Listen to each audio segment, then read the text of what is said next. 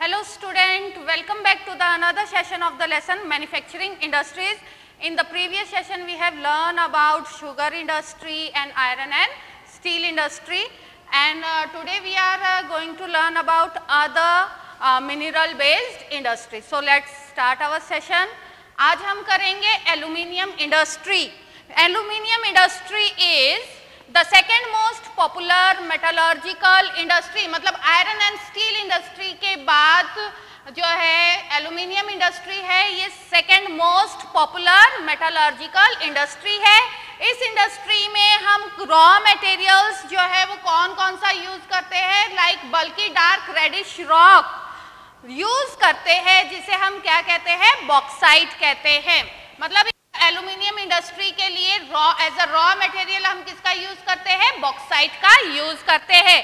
अभी आगे देखें हम फीचर्स की. एल्यूमिनियम इंडस्ट्री के क्या क्या फीचर्स है, तो वो क्या है, अदर मेटल से क्या है, मिनरल से लाइट होते हैं, ठीक है, रेसिस्टेंट ऑफ कोरोशन, मतलब इसमें जंग वगैरह लगने का कोई चांस नहीं होता है, and it is a good conductor of heat, और ये मेलिएबल भी है.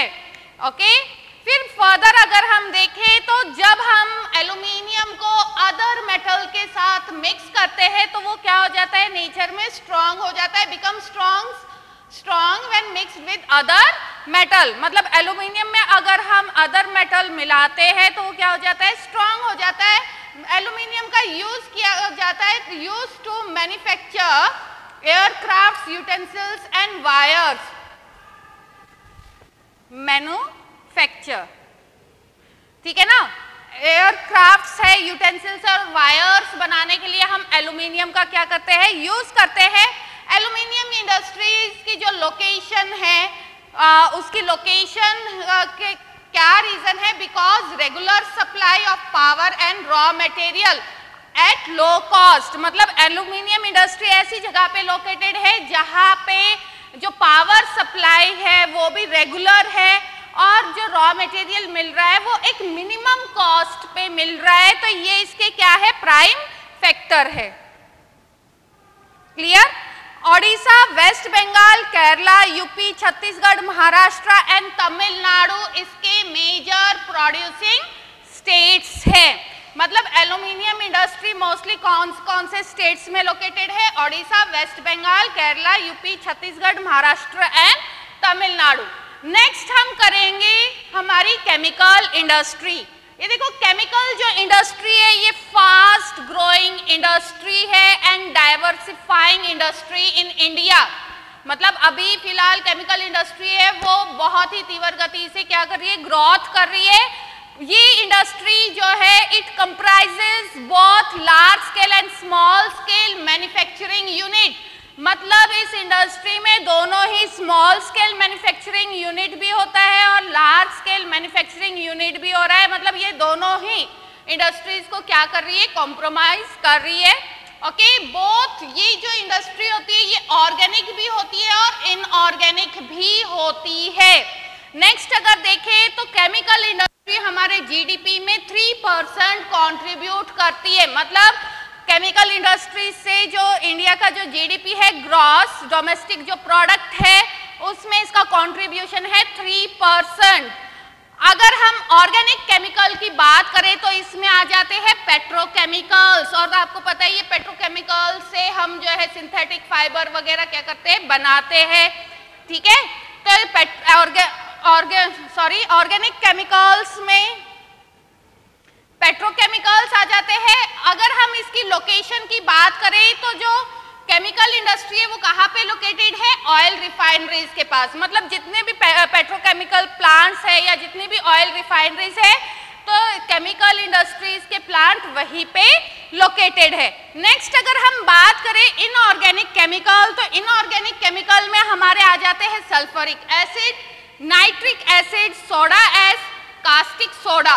तो ये हमारे किस में आ जाते हैं, इनऑर्गेनिक केमिकल्स में आ जाते हैं. अगर आगे हम देखें तो हमारी जो केमिकल इंडस्ट्री है is its own largest consumer. मतलब ये अपनी ही क्या है, एक लार्जेस्ट कंज्यूमर है, खुद भी एक लार्जेस्ट कंज्यूमर है. ओके फिर अगर हम बात करें कि जो बेसिक केमिकल्स, इस इंडस्ट्री में हम जिन बेसिक केमिकल्स का यूज करते हैं उसको ऑब्टेन किया जाता है, उसको प्रोसेस किया जाता है टू ऑब्टेन अदर केमिकल्स, मतलब दूसरे केमिकल्स बनाने में उसको क्या किया जाता है, उसकी प्रोसेसिंग की जाती है। फिर आगे हम करेंगे अभी फर्टिलाइजर इंडस्ट्री, मतलब ये हमारा केमिकल इंडस्ट्री हो गया। फर्टिलाइजर इंडस्ट्री, देखो फर्टिलाइजर इंडस्ट्री जो है इसकी ग्रोथ जो है ग्रीन रेवोल्यूशन के बाद बहुत ज्यादा हुई है, क्योंकि because of green revolution high yield variety seeds है या केमिकल फर्टिलाइजर्स है, इनकी डिमांड क्या हो गई थी, बहुत ज्यादा बढ़ गई थी। तो ग्रीन रेवोल्यूशन ने हमारी फर्टिलाइजर इंडस्ट्रीज को क्या किया है, बूस्ट किया है। Feature of fertiliser industry, fertiliser industries है ये कहाँ पे सेंटर्ड है, centred around the production of nitrogenous fertiliser, क्योंकि देखो फर्टिलाइजर में हम नाइट्रोजन वगैरह का उसमें यूज होता है। तो ये देखो इनका जो प्रोडक्शन होता है वो कहाँ पे सेंटर्ड है, नाइट्रोजीनियस फर्टिलाइजर प्लांट है, फॉस्फेटिक फर्टिलाइजर प्लांट है या एमोनियम फॉस्फेट है एंड कॉम्प्लेक्स फर्टिलाइजर्स है, यहाँ पे इनका प्रोडक्शन क्या है, सेंटर्ड है। अगर हम बात करते हैं कॉम्प्लेक्स फर्टिलाइजर की, तो कॉम्प्लेक्स फर्टिलाइजर जो है उसमें कौन कौन सी चीजें आ जाती है, उसमें आ जाती है नाइट्रोजन, फॉस्फेट एंड पोटाश, ठीक है। ये सारे मिलकर क्या बनाते हैं, हमारा कॉम्प्लेक्स फर्टिलाइजर बनाते हैं, तीनों चीजों को मिलाकर। अगर हम पोटाश की बात करते हैं तो potash is entirely important, potash जो है वो बहुत ही इंपॉर्टेंट है in India, because India does not have commercially viable potash. मतलब अगर हम पोटाश की बात करें, यह हमारे लिए बहुत ही ज्यादा इंपॉर्टेंट है, क्योंकि इंडिया जो है पोटाश में क्या नहीं, रिच नहीं है, हमें पोटाश क्या करना पड़ता है, अदर कंट्रीज से इंपोर्ट करना पड़ता है, ये अवेलेबल नहीं है, वाइबल नहीं है। अगर हम इसकी लोकेशन की बात करें तो मेजर जो प्रोड्यूसर्स है वो कौन कौन से है, गुजरात, तमिलनाडु, यूपी, पंजाब एंड केरला, मतलब यहां से हमारा 50% इन स्टेट से हमारा कितना आ रहा है, 50% फर्टिलाइजर यहां से आ रहा है। बट फर्टिलाइजर इंडस्ट्री की ग्रोथ बहुत हो रही है, जिसके कारण हमारे अदर प्रोड्यूसर्स भी है लाइक आंध्र प्रदेश, ओडिशा, राजस्थान एंड बिहार, ये हमारे अदर प्रोड्यूसिंग स्टेट्स है। मेजर प्रोड्यूसिंग स्टेट्स में हमारे आ गए गुजरात, तमिलनाडु, यूपी, पंजाब एंड केरला, जो 50% क्या कर रहा है, अपना प्रोडक्शन इन्हीं स्टेट से हमारा आ रहा है। तो ये हो गई हमारी फर्टिलाइजर इंडस्ट्रीज। अभी नेक्स्ट हम करेंगे सीमेंट इंडस्ट्री। देखो सीमेंट का यूज जो है वो हम किस लिए करते हैं, कंस्ट्रक्शन है, जितना भी कंस्ट्रक्शन हो रहा है तो उसमें हम किसका यूज करते हैं, सीमेंट का यूज करते हैं। तो सीमेंट इंडस्ट्री जो है ये भी हमारी क्या हो रही है, बहुत ज्यादा इसकी ग्रोथ हो रही है आफ्टर इंडिपेंडेंस। अगर हम बात करते हैं, अभी हम करेंगे cement industry.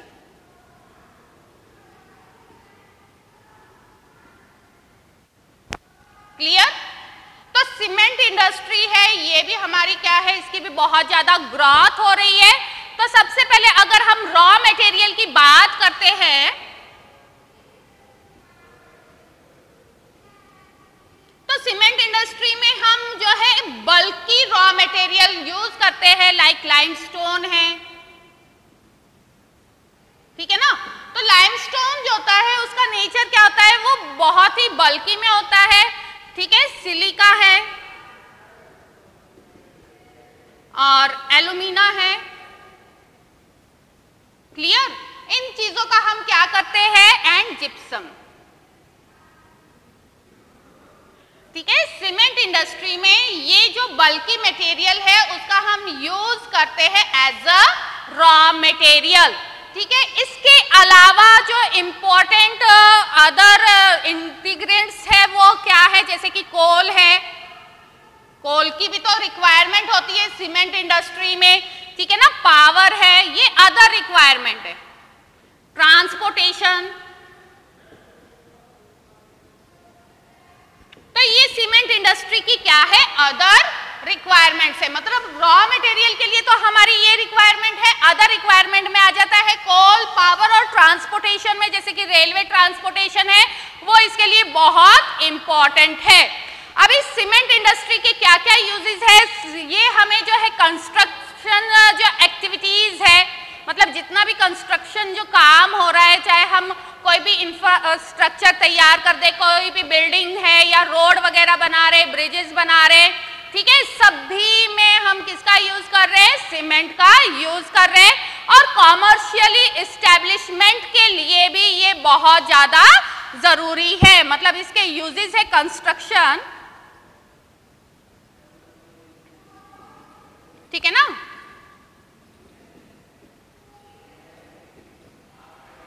And commercially establishment के लिए हम इसका क्या करते हैं, यूज करते हैं। अभी आगे अगर हम बात करते हैं तो हमारा जो फर्स्ट सीमेंट प्लांट लगा था वो कहां पे लगा था, चेन्नई में इन 1904, क्लियर। चेन्नई में 1904 में हमारा फर्स्ट स्टील प्लांट लगा था। आफ्टर इंडिपेंडेंस हमारी सीमेंट इंडस्ट्री जो है वो बहुत ज्यादा एक्सपेंड हो रही है कंट्री में। इसके क्या रीजन है, बिकॉज आफ्टर इंडिपेंडेंस हमारा जो इंफ्रास्ट्रक्चर है उसको बहुत ज्यादा बढ़ाया जा रहा है, दैट्स वाई सीमेंट इंडस्ट्री का जो है बहुत ज्यादा क्या हो रही है, ये एक्सपेंड हो रही है हमारी कंट्री में।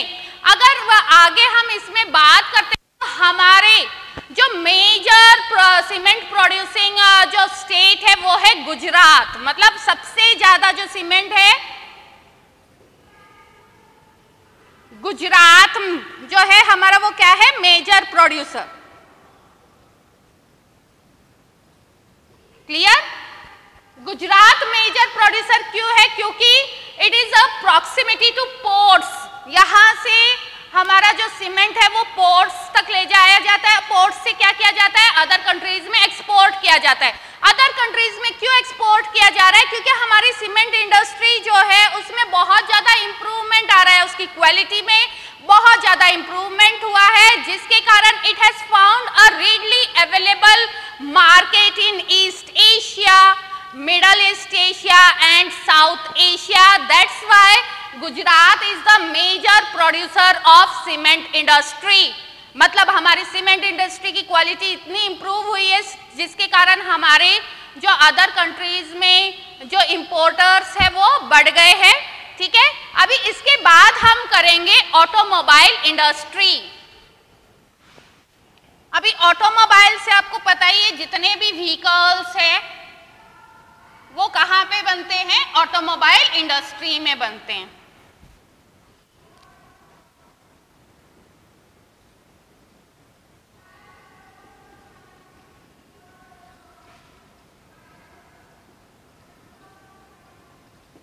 Okay, automobile industry. अभी देखो ऑटोमोबाइल इंडस्ट्री क्या है, it provide vehicles for quick transport. Automobile industry में क्या बनते हैं, व्हीकल्स बनते हैं, ठीक है ना। और ये व्हीकल्स क्या कर रहे हैं, प्रोवाइड कर रहे हैं, क्यों प्रोवाइड कर रहे हैं, फॉर क्विक ट्रांसपोर्ट।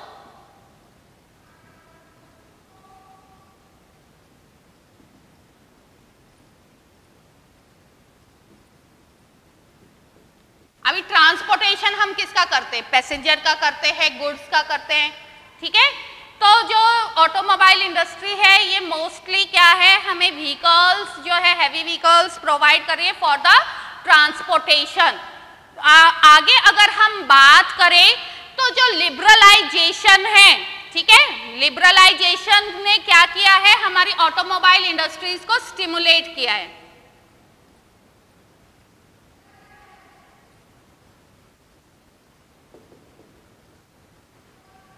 लिबरलाइजेशन, उदारीकरण की जो नीति है, ओके, उसने हमारी ऑटोमोबाइल इंडस्ट्रीज को स्टिमुलेट किया है, जिसके कारण हमारी डिमांड क्या हो गई है, बहुत ज्यादा बढ़ गई है।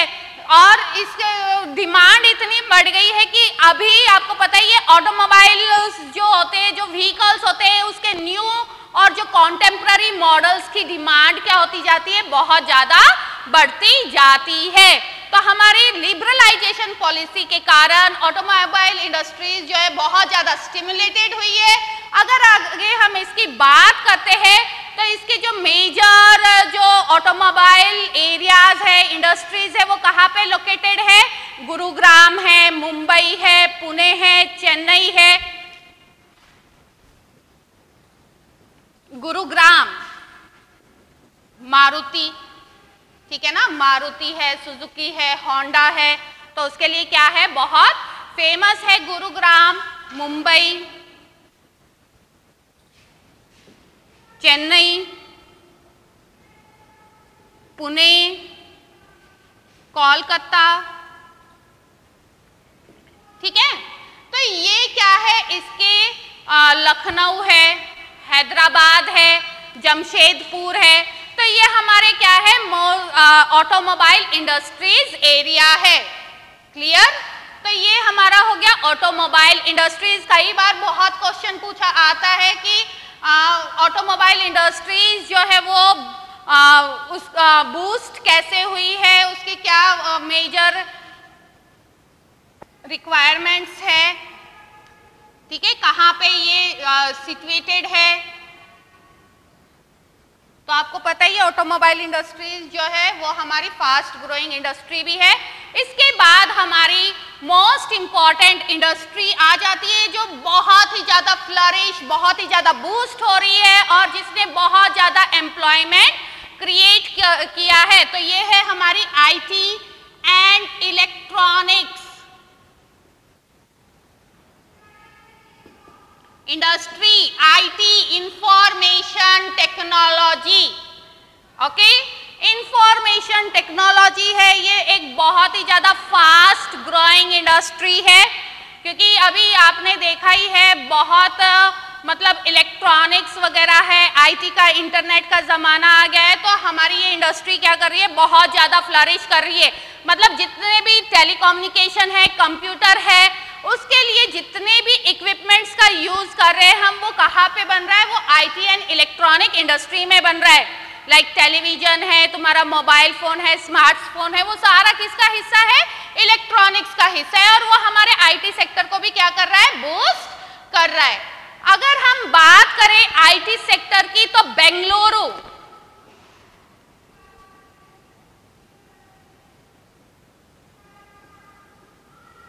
Bengaluru is known as electronic capital of India.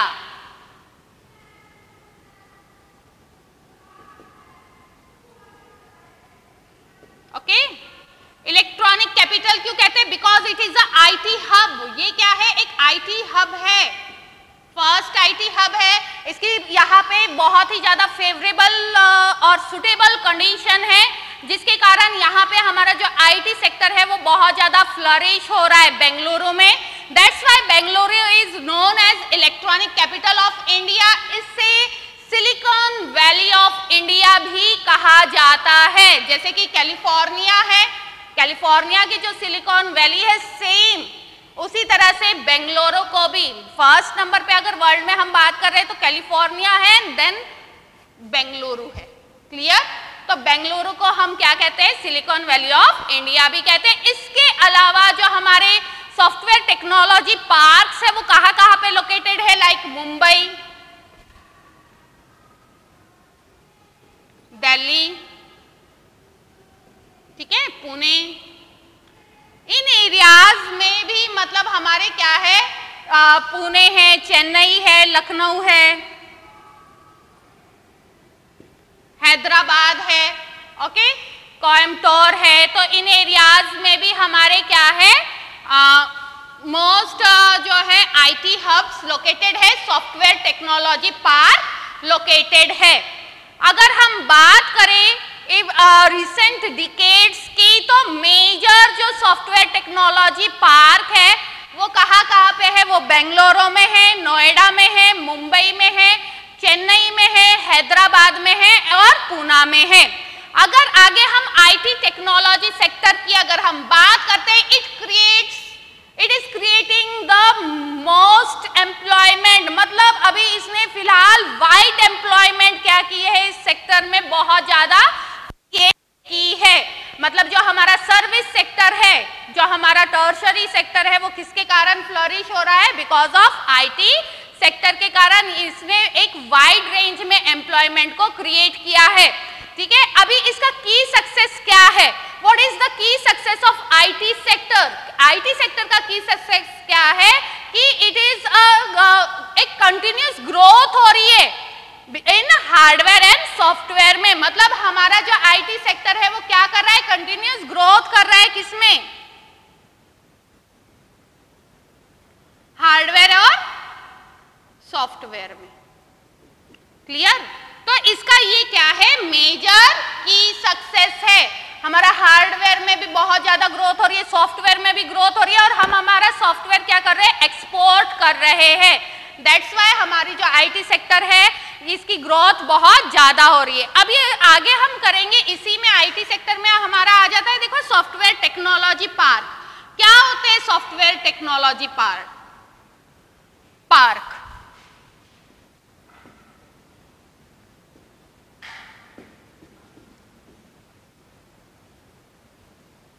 Software technology park, ठीक है ना? तो ये एक क्या होता है? क्लस्टर होता है। क्लस्टर का मतलब क्या होता है? ग्रुप, मतलब एक ऐसा क्लस्टर, एक ऐसी जगह जहां पे बहुत सारे क्या है? आईटी इंडस्ट्रीज लोकेटेड है, सॉफ्टवेयर इंडस्ट्रीज लोकेटेड है। तो ये क्या है कि ऐसा क्लस्टर है, एक क्लस्टर ऑफ सॉफ्टवेयर एक्सपोर्ट। ठीक है ना?